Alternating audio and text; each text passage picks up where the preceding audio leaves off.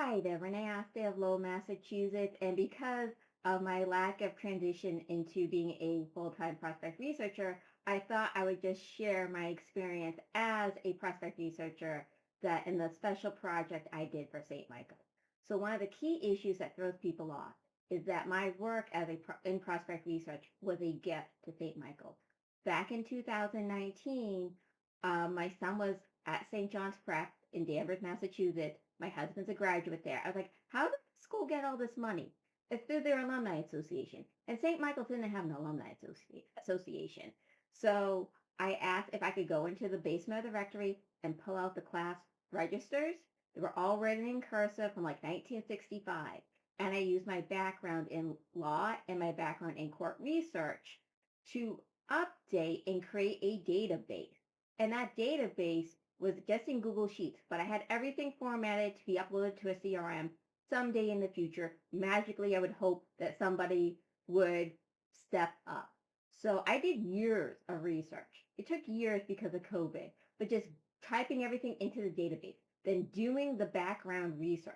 And I had no proprietary software whatsoever. So that's the other key that kind of throws people off. One, I did it as a gift and there was no budget. So I used all of my knowledge and all of my resources in my brain to create something. And it was very lovely that the Archbishop got to visit St. Michael's um, just yesterday. I did not go because one of the things about being a prospect researcher is like I'm in the basement in the rectory and you're never seen. You're not supposed to be seen.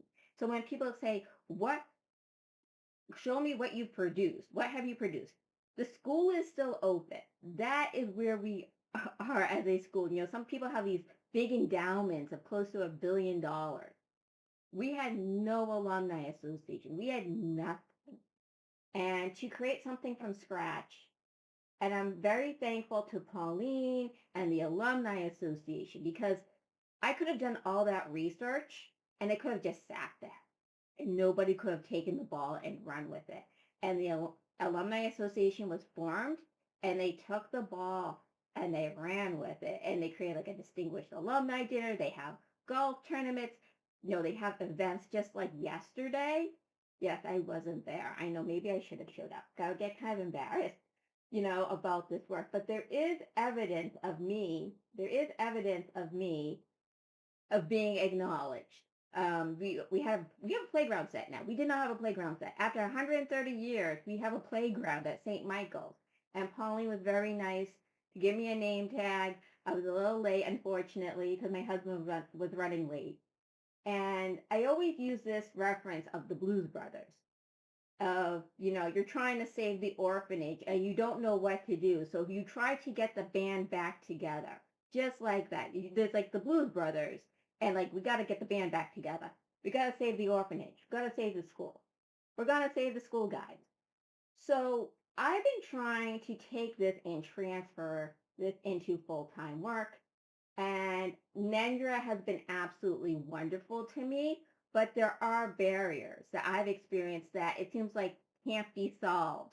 I had no access to this very expensive proprietary software, the LexisNexis, the, I guess you call it iWave or Donor Search or Wealth Agent. We don't have the budget for that. We are thankful every day that this school stays open with what we have. And I am again thankful. I'm also thankful to Ruthie. I bought her book because sometimes prospect researchers and fundraising, they have like their own language. And this book sort of like defined everything because I have the understanding of prospect research. I have the results. I have the results, guys. And yet for 2 to 3 years, like I can't, your automated talent search databases can't figure me out. I get kicked out of whatever. Some people do love me, but they don't know what to do with me. Just 2 days ago, I wrote a little thing about my failure to transition. Where I was getting people to refer like me to these larger shops, as they would call, and nothing was happening because Like nobody, everybody discounted my work as volunteer work, and like you have nothing to show for it. So I'm trying to use a video to show you I have accomplished something. And it's so weird because this isn't me, this is them. And that's the thing about prospect research. It's so frustrating because you want to like, this is, they took the ball and they ran with it. And that's wonderful because I could have just done all those years of research and nobody could have like taken the ball and run with it. And that was the goal. That was the blessing, and I am Catholic, but I am a Pope Leo Catholic. So I'm going to go a little bit into like, I get frustrated with nonprofits because it feels like everything in this country is polarized, absolutely polarized. And, we always have something that's so lean to the left, so lean to the right. And it feels like because I don't want to pick a culture war identity, and people don't know what to make of me. Like, what is my first impression of you or of me?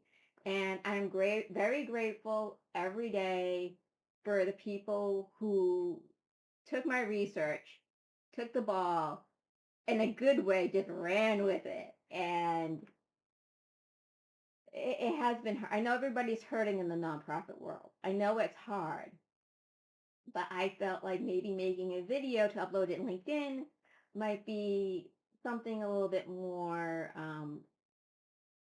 just to break the ice. Take care, everyone.